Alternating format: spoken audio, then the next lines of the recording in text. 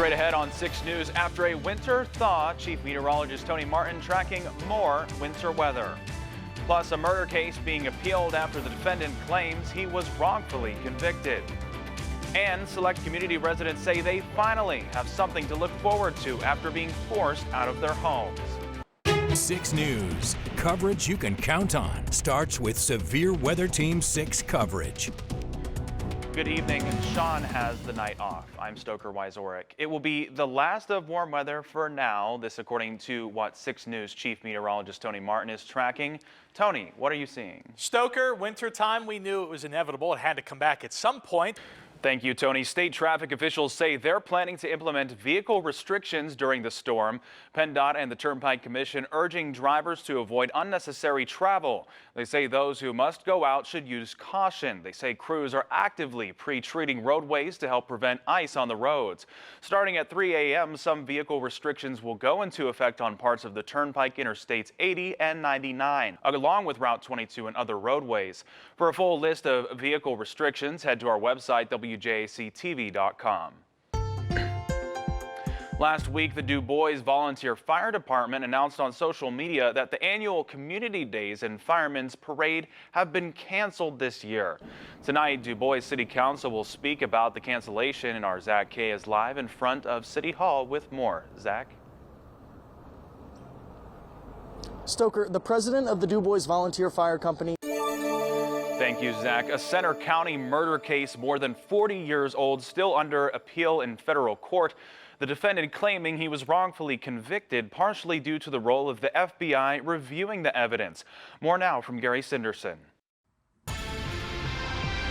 A Clearfield County woman is behind bars after police allegedly found 2 small children living in deplorable conditions. Police say on Friday the children were found living in 32-year-old Brianna Pumble's Lawrence Township home. Police say the home had trash-covered floors, spoiled food in a non-functional fridge, black mold, and approximately 10.5 grams of meth accessible to kids. Pumble has been charged with multiple offenses, including a felony for endangering the welfare of children. She is being housed in the Clearfield County Correctional Facility.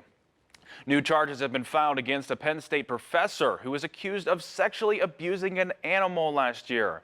On Monday, police filed additional charges for open lewdness, indecent exposure, and other offenses against 64-year-old Themis Matsoukas after an initial investigation into the abuse.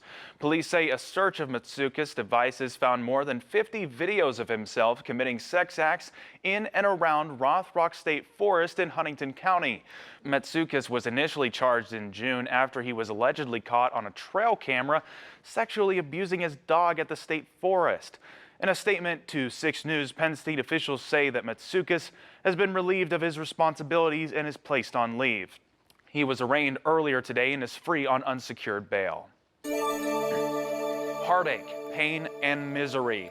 That's how one former Prospect community resident describes what he's been through since being forced to leave the Johnstown housing community because of structural issues in the buildings. Former tenants saying how they have something to look forward to as another step in the process to bring them back home was taken today. Brock Owens tells us where we stand with Prospect. Brock. Stoker, it's been just under a year. Brock, thanks. The State College Borough Council agenda for tonight includes a tentative contract for the New Center Region's solar power purchase agreement. The agreement, which has been in the works for several years, includes several county entities, including county government, the borough, and the State College School District, all purchasing solar energy from a third party operating a solar farm. The farm is proposed for a site off of Route 64 in Walker Township, but the borough is also considering installing solar panels on top of whatever building replaces the Pugue Street parking garage to supplement the larger solar farm output. An update now on the cyber attack last week that crippled the statewide court system website. Officials saying today that the website containing news, statistics, court opinions, and the civics educational toolkit is back online. Officials calling last week's cyber attack a denial of service. Meanwhile, the attackers flooded the website with traffic until it crashed. Still no word on who the attackers were or what their motives were. Officials say the FBI and Department of Homeland Security continue to investigate. Governor Josh Shapiro and Lieutenant Governor Austin Davis today highlighting what they call historic statewide funding for public defenders. During Shapiro's first year in office, he secured $7.5 million in state funding for indigent defense. His 2024 to 2025 budget calls for a $2.5 million increase, which would be funded through the Pennsylvania Commission on Crime and Delinquency. The Indigent Defense Advisory Committee just met for the first time and is tasked with developing the program to drive out the secured funding. Our system is set up with two opposing sides, arguing cases on their merits before a judge and a jury of our peers. But if you can't afford an attorney, that puts you at a significant disadvantage. Shapiro says the funding will help make the legal system more fair and just. Coming up on 6 News, in a one-on-one interview, Governor Josh Shapiro explains his plans for the Commonwealth moving forward. This is 6 News, coverage you can count on. Governor Josh Shapiro has a number of plans for Pennsylvania moving forward. He spoke to Joel Smith with our Sinclair sister station about them and a few other topics. You can watch the full interview on our website, WJACTV.com. Well, average gas prices in Pennsylvania jumped up again this past week. That's according to Gas Buddy, who reports an increase of about 8 cents per gallon. The average price per gallon now sitting at $3.45 per gallon. That's about 13 cents per gallon higher than a month ago, but about 26 cents per gallon lower than this time last year. The national average price of diesel is up by about 7 cents and sits at $3.99 per gallon. Experts say the worst is yet to come, and they expect larger weekly increases coming in March and April. Coming up on 6 News, an in-depth look at our weather with snow closings and delays. Plus, a nurse accused of poisoning dozens of patients appears in court. Still ahead, Penn State wrestling home tonight, defending its undefeated record. Jared Parker previews the match up with Rutgers at the WJAC. Coverage you can count on. President Joe Biden's campaign joined TikTok over the weekend, drawing criticism from leaders in Washington looking to ban the social media platform. Many are questioning whether it's okay for the president's campaign to be on the platform, especially since the app is banned on most federal devices. National correspondent Janae Bowens has an in-depth look at the controversy. The question is for you. Do you think presidential candidates should be on TikTok? Head to WJACTV.com to vote. You can also let us know what you think on Facebook. Just like 6 News and post your comments on our timeline. Here's a look at our top stories. The body of a teenage runaway from Maine, 17-year-old Dawn Marie Branham, was found in March of 1993. The following year, James Cruz was convicted of murdering her and sentenced to life in prison. Key evidence were pieces of hair, and FBI experts said was found in Cruz's truck. In 2015, the FBI announced widespread mistakes with hair samples, and Cruz filed an appeal. The state Supreme Court announced it wouldn't hear the appeal, and Cruz has now moved on to federal court. No word yet on whether his latest appeal will get a hearing in federal court. Residents of the Prospect community reacting tonight to seeing construction started on their former homes. One resident telling 6 News being moved out less than a year ago was painful, but he's encouraged to see workmen today. Contractors telling us they are putting in new floors and ceilings and hope to have people return in 6 months.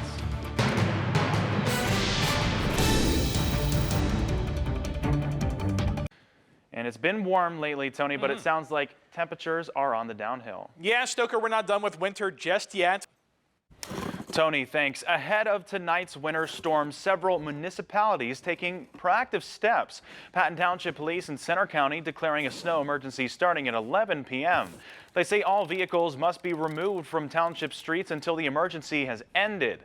They remind community members that sidewalks must be cleared within 24 hours after the snow stops. Also in Center County Court, officials say they will be closing the courthouse and all court offices tomorrow due to the weather. They say court proceedings scheduled for tomorrow will be rescheduled to a later date.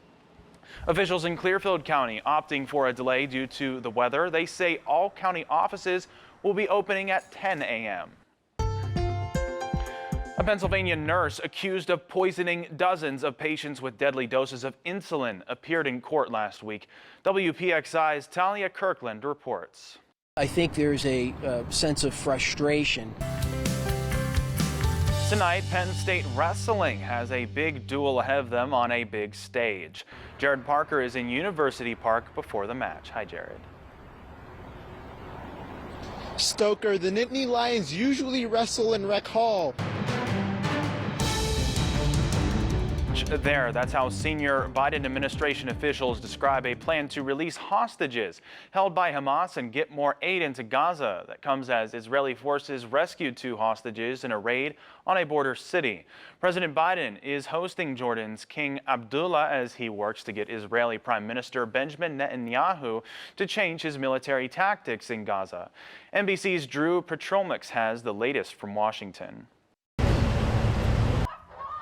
Here in our region, dozens of protesters gathering in State College in response to the situation in the Middle East.